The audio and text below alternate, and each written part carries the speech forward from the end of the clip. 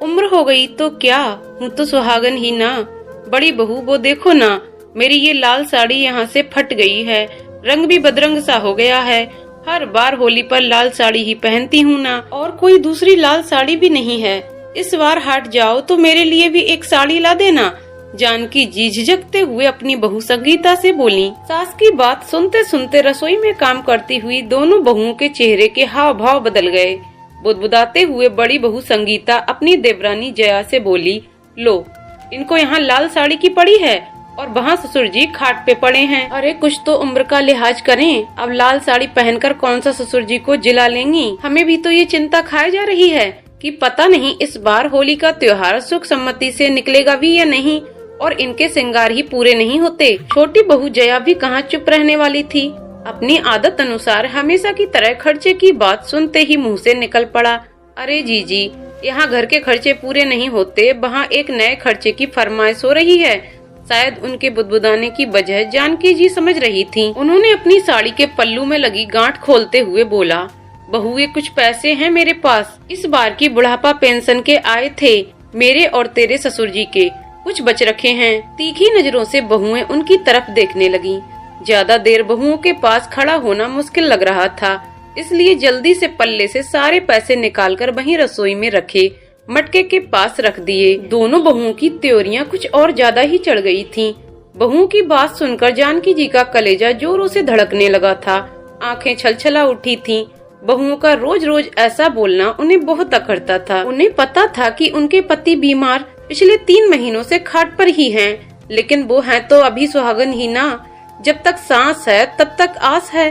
पति की ऐसी अवस्था देखते देखते जानकी जी भी केवल एक ढांचा बनकर रह गई थीं। हर रोज भगवान से यही दुआ करती थीं कि मेरी उम्र भी इनको लग जाए। उम्र भले ही 70 हो चुकी थी, लेकिन इसका मतलब ये तो नहीं कि एक दूसरे के प्रति प्रेम और लगाव कम हो गया था। इतने वर्ष साथ गुजारने के बाद ये लगाव तो और भी ज्यादा मजबूत हो गया था। लेकिन शायद उनकी इन भावनाओं को समझने वाला इस घर में कोई नहीं था, क्योंकि बच्चों को हमेशा यही लगता है कि उम्र हो गई है तो एक ना एक दिन तो जाना ही है। मृत्यु तो शाश्वत सत्य है, ये सभी को पता है, लेकिन स्वीकारना सभी के लिए मुश्किल। फिर उस मोह का क्या करें जिसमें जन्म के साथ ही इंसान बंध जाता है। जानकी जी के जाते ही संगीता ने आगे बढ़कर उनके पैसे उठाए। ओह 500 रुपए हैं, पता नहीं कहाँ छिपा कर रखे थे। हमेशा तो कहती हैं बाबूजी की दवा में लग गए।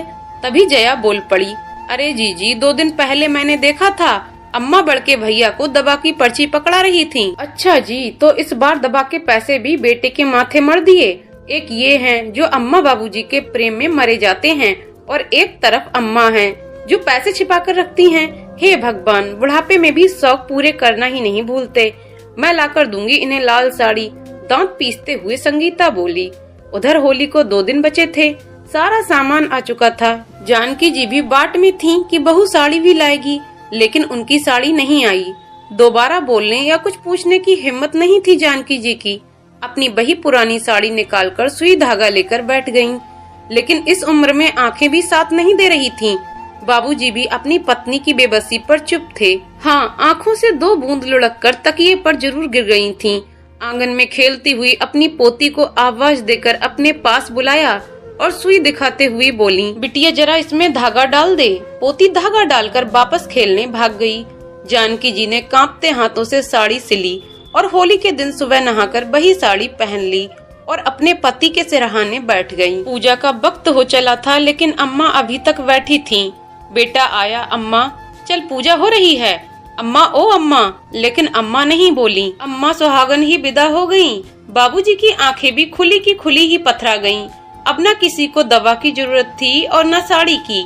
जो माता पिता अपनी सारी उम्र बच्चों की जरूरत पूरी करने में निकाल देते हैं, उम्र के अंतिम पड़ाव में वही माता पिता अपनी छोटी छोटी जरूरतों और इच्छाओं के लिए अपने बच्चों पर आश्रित हो जाते हैं, और एक दिन उनके साथ साथ उनकी इच्छाएं भी दम तोड़ देती हैं। दोस्तों, आपको कहानी कैसी लगी कमेंट करके जरूर बताएं। कहानी पसंद आई हो तो वीडियो को लाइक शेयर करें और चैनल को सब्सक्राइब करें। वीडियो को पूरा देखने के लिए बहुत बहुत धन्यवाद दोस्तों।